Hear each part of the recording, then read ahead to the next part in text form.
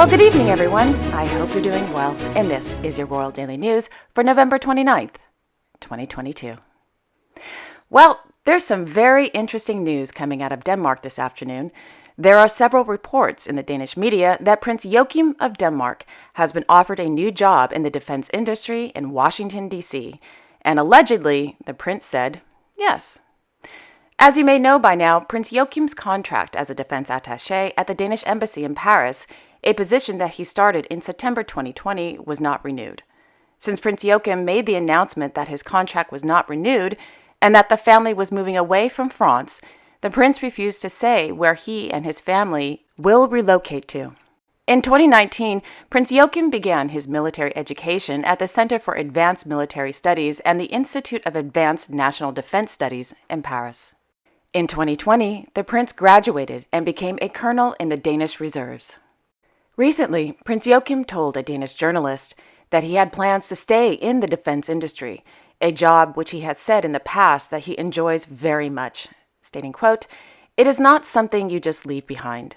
One must keep going, and the forging must be done while the iron is still hot," end quote. At this time, the Danish Royal Court has yet to confirm if the reports of Prince Joachim's new job in Washington, D.C. are true. Now, if the reports are true, then the prince and his family will most likely move to the United States sometime in midsummer 2023. This would give his children, Henrik and Athena, time to settle in and make new friends prior to the beginning of the new school year. If and when the Danish Royal Court confirms this latest news, or if Prince Joachim confirms this news himself, I will definitely let you all know. Naturally. Keeping on the breaking news theme here, in Copenhagen, it was announced that His Highness Prince Nikolai of Denmark will appear on an episode of the TV2 show entitled My Own Course. In this special episode, Prince Nikolai discusses his life growing up in the royal family and being, quote, born into the role of a prince, end quote, with Mr. Emil Eriksson. The episode was filmed in early May 2022, a time when Prince Nikolai had absolutely no idea that the fate of his style, HH, His Highness, and his title of Prince would change on January 1st, 2023. During the filming of the episode, the Danish court-martial, allegedly, for the first time, presented Her Majesty the Queen's decision and plan to change the styles and titles of Prince Joachim's 4 children to Prince Joachim. In the infamous Paris Park interview last October, a visibly upset Prince Joachim said, quote, "On May 5th, I was presented with a plan that this whole idea of my children's identity would be taken from them when each of them turned 25. Athena turns 11 in January. And then I got 5 days' notice as the decision was being accelerated," end quote. Naturally, major drama broke out after Miss Lene Ballaby issued a press release regarding the loss of styles and titles from Prince Joachim's kids. Countess Alexandra, Prince Joachim's first wife, was the first to scream, "Not fair," to the Danish press. Thereafter, it was Prince Joachim, then Princess Marie, then the two of them together complaining to a Danish journalist about their children suffering due to the loss of their styles and titles, and how Princess Athena is allegedly being bullied in school because she will no longer be a princess. On top of that, the royal duo announced that the communication between Her Majesty the Queen, the crown princely couple, and Prince Joachim and Princess Marie had completely broken down. Moreover, Prince Joachim and Princess Marie's relationship with the crown princely couple is, quote, apparently, to them, complicated. So what does this all have to do with the show? Well, absolutely nothing. Anyway, if you're interested in watching My Own Course with Prince Nikolai, it will air on December 19th on TV2 Play in the morning and will air on television in the evening. If you have a VPN, you can watch the show. Moving on to happier news, Her Majesty Queen Maxima of the Netherlands, as honorary chairwoman of Debt Lab NL, launched the National Coalition of Financial Health, held at the ABN MRO in Amsterdam this morning. The National Coalition for Financial Health is a partnership of companies and organizations that are committed to the financial health of their employees. According to RVD, research shows that, quote, 4 out of 5 employers employ someone with problematic debt. Employees with financial concerns often experience higher illness, neglect, stress, lower work productivity, and poorer mental health and physical health. This will not only impact the company, but the entire collaboration. It gives businesses information on how to have a conversation with their employees about this often difficult topic. For example, what they can do to help, and to which agency an employee can be referred to for debt relief. The goal is to reach half the number of employees who are financially unhealthy or vulnerable by 2030. In the evening, Her Majesty the Queen joined His Majesty King Willem-Alexander of the Netherlands and Her Royal Highness Princess Beatrix of the Netherlands to attend the 2022 Erasmus Prize ceremony held at the Royal Palace of Amsterdam. The Erasmus Prize is awarded annually to an individual or institution that has made an important contribution to the humanities, social sciences, and arts within the framework of Europe's cultural traditions. The Premium Erasmianum Foundation, in which His Majesty the King is patron, focuses on different themes each year, and this year the theme is Connectors in a Divided World. Along with the prize, the winner receives €150,000. The winner of the Erasmus Prize 2022 went to writer Mr. David Grossman.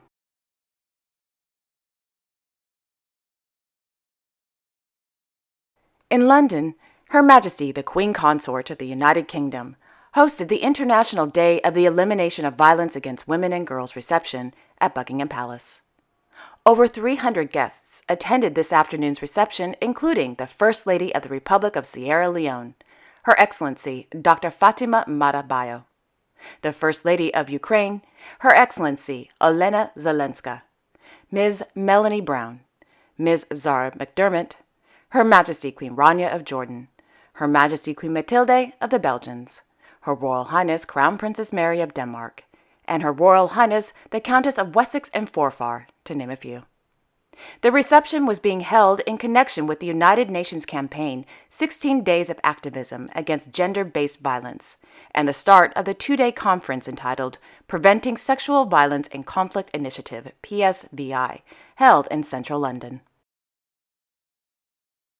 In Brussels, His Majesty King Felipe of the Belgians received the new Belgian court patent suppliers, as well as existing patent holders, at the Palais Royal.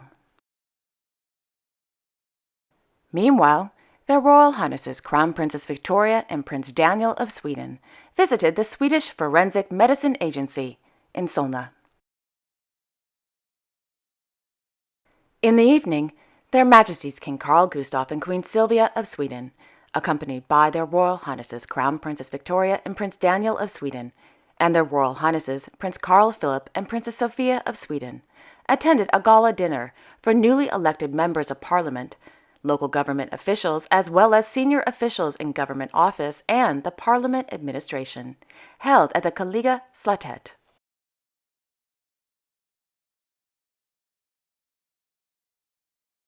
In Madrid, their Majesties King Felipe VI and Queen Letizia of Spain presided over the presentation of the 36th edition of the Premio de Periodismo Francisco Cerecedo ceremony, held at the Hotel Palace. The award is presented annually by the Association of European Journalists, in which His Majesty the King is honorary president and is endowed with €24,000, and a medal designed by Spanish sculptor Mr. Julio López Hernandez.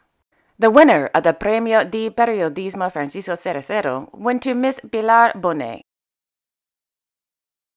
Halfway across the world, His Royal Highness Hereditary Grand Duke Guillaume of Luxembourg, accompanied by the Luxembourg Minister of the Economy, Mr. Franz Foyet, continued their economic mission to Seoul, South Korea. The day began with a brunch meeting with representatives from the company Solus Advanced Materials. Thereafter, the Hereditary Grand Duke, Minister Foyet, and a Luxembourg business delegation attended the New Space Korea Forum and the Luxembourg Korea Business Forum. In the afternoon, the Hereditary Grand Duke and Minister Foyet held a meeting with the President of South Korea, Yoon Suk-yeol, and 3 Korean ministers.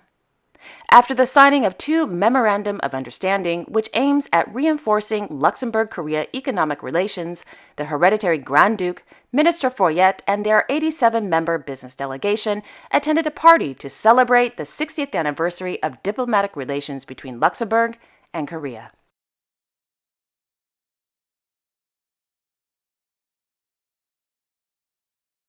As part of celebrations marking the 52nd National Day, His Highness Sayyid Bilarab bin Haitham Al Sayyid of Oman presided over the opening of the Madinat Al Teeb model city and the Wilayat of Liwa last evening. The opening ceremony included artistic performances portraying the harmony of Oman, the land and the people, a visual presentation of the city, its constituent elements, and its architectural designs that reflect social, environmental, and economic dimensions. The display also depicts the urban planning model catering to the needs of the cities now and in the future. According to the Royal Court of Oman, the city, which covers an area of 12 million square meters and can accommodate 30,000 residents, was, quote, planned in response to the royal orders of the late Sultan Qaboos bin Al Sayyid of Oman to provide appropriate accommodations for local citizens whose properties were affected by the Port of Sohar project. The royal orders were specifically cited under Royal Decree No. 52/2013, stating that all infrastructure services and facilities be provided for the city's residents. End quote.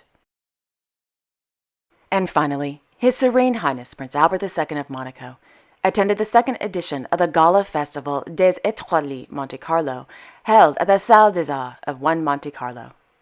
Guests who paid $800 to attend the gastronomic event were treated to delicious cuisine prepared by some of the most famous chefs in the world, including Alain Ducasse, Marcel Ravin, Yannick Aleno, and Dominique Laurie. And there you have it. Thank you all so much for watching. I really appreciate it. I will be back tomorrow on Wednesday, November 30th with all the latest royal news. Until then, I wish you all a wonderful evening and a great day tomorrow. And don't forget to like, share, and, well, subscribe. Okay, take care, everyone. I will see you all tomorrow. Bye-bye.